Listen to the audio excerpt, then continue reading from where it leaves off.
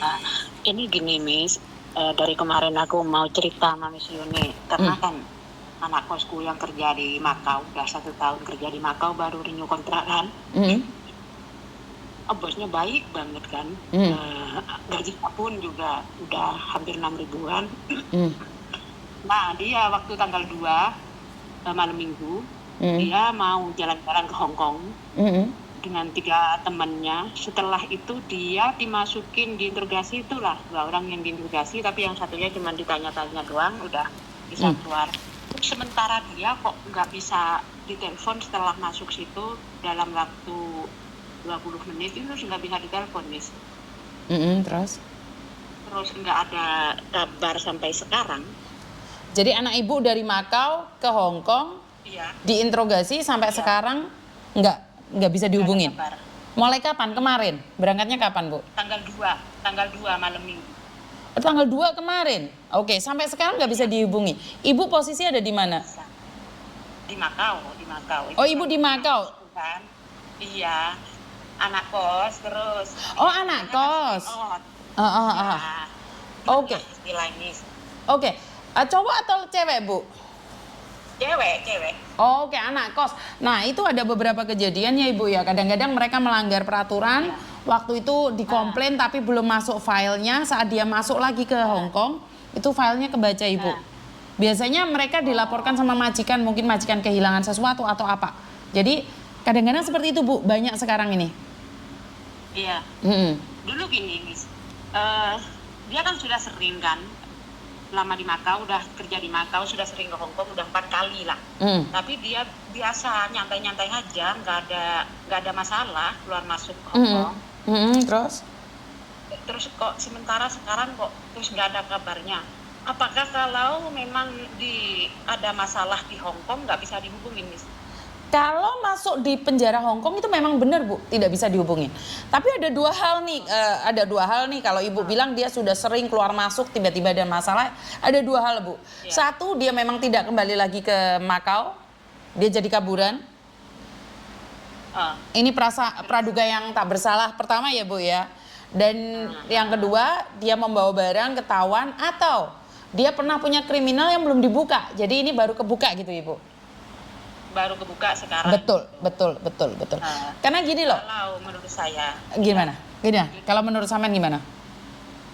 Kalau menurut saya, kalau istilah kabur dari Makau itu nggak mungkin gitulah. Betul. Karena udah tahu hari-harinya di sini enaknya di Makau dia kerja sama majikan yang sekarang. Terus kedua, kalau memang dia ada masalah di Hong Kong, misal dia di penjara atau di mana, itu bisa ada bantuan jenguk atau gimana, Miss? Ada bantuan apa, Bu? Untuk dijenguk keberadaannya di mana? Oh, inilah. Kalau di Hong Kong ini mungkin bisa saya jelaskan sekali lagi ya, karena banyak teman-teman yang tidak paham hukum yang ada di Hong Kong seperti apa dan bagaimana ya, Ibu ya.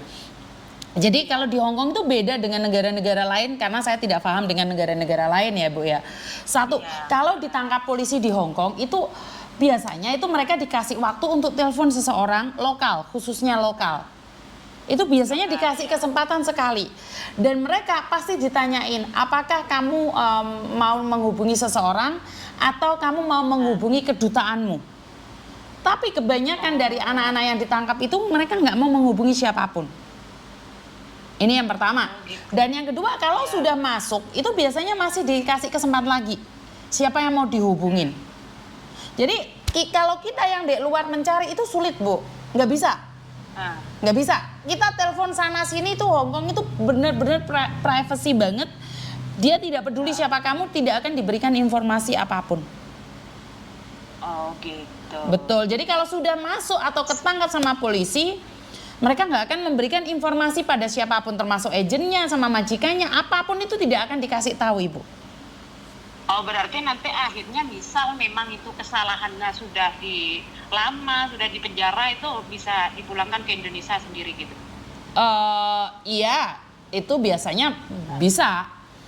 Seperti anak yang di penjara 5 tahun kemarin, dia kirim surat ke KJRI, minta saya besuk, itu bisa, Bu. Saya bisa mencari dia. Jadi kalau anak-anak yang ada di luar negeri itu, khususnya Hong Kong, kalau ingin dibesuk oleh saya, kirim surat ke KJRI, sama KJRI nanti diberikan ke saya, terus saya bisa datang ke tempatnya, Ibu. Jadi harus request dari mereka. Dari request dari mereka. Oh, betul. Gitu. Dari penjara itu harus nanya. Ke dugaan saya, Miss, dulu kan awal-awal aman-aman aja main ke Hong Kong.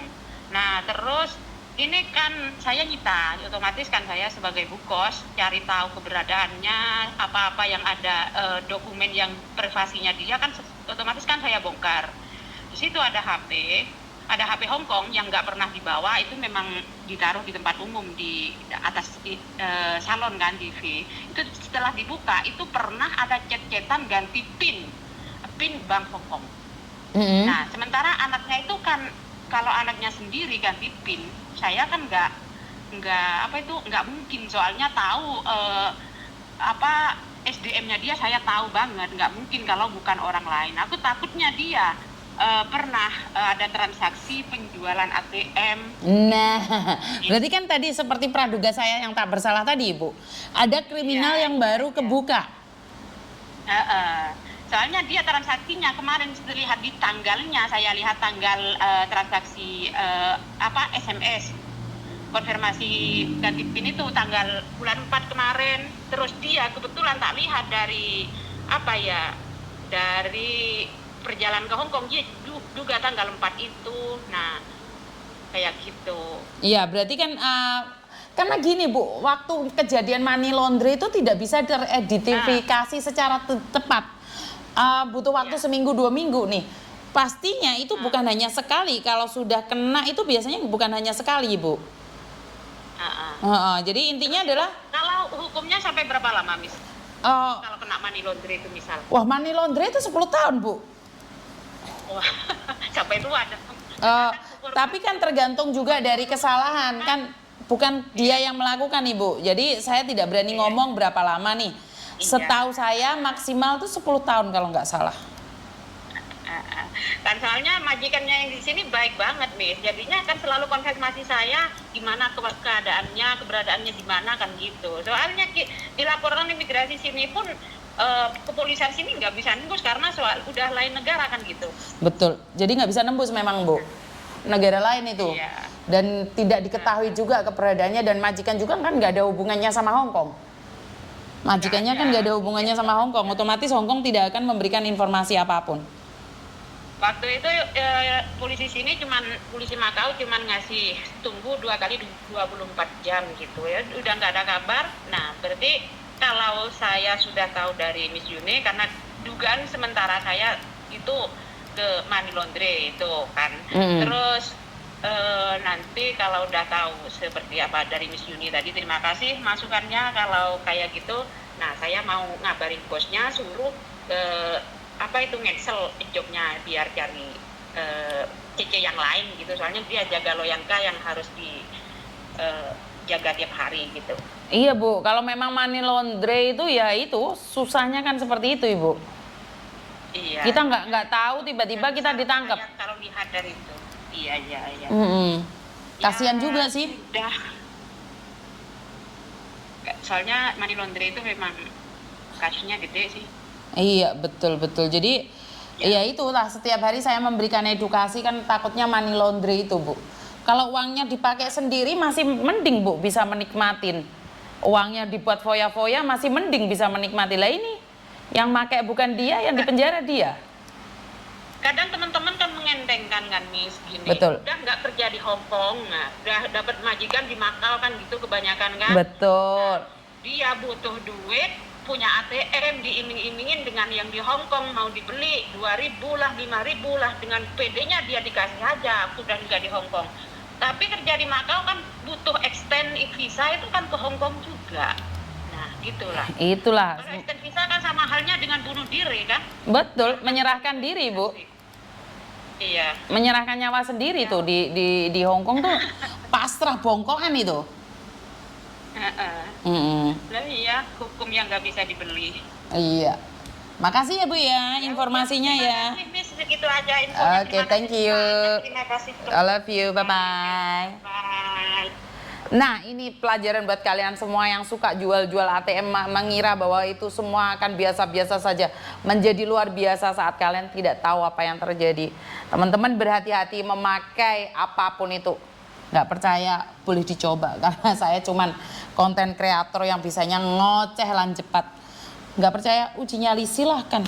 Yang di penjara kamu. Itu aja dari saya, kurang lebihnya saya minta maaf dan sukses selalu buat kalian, berkat Tuhan mengalir atas hidup kita semua. Semoga semua makhluk hidup bahagia, baik yang nampak maupun yang tidak nampak. Terima kasih dan wassalamualaikum warahmatullahi wabarakatuh.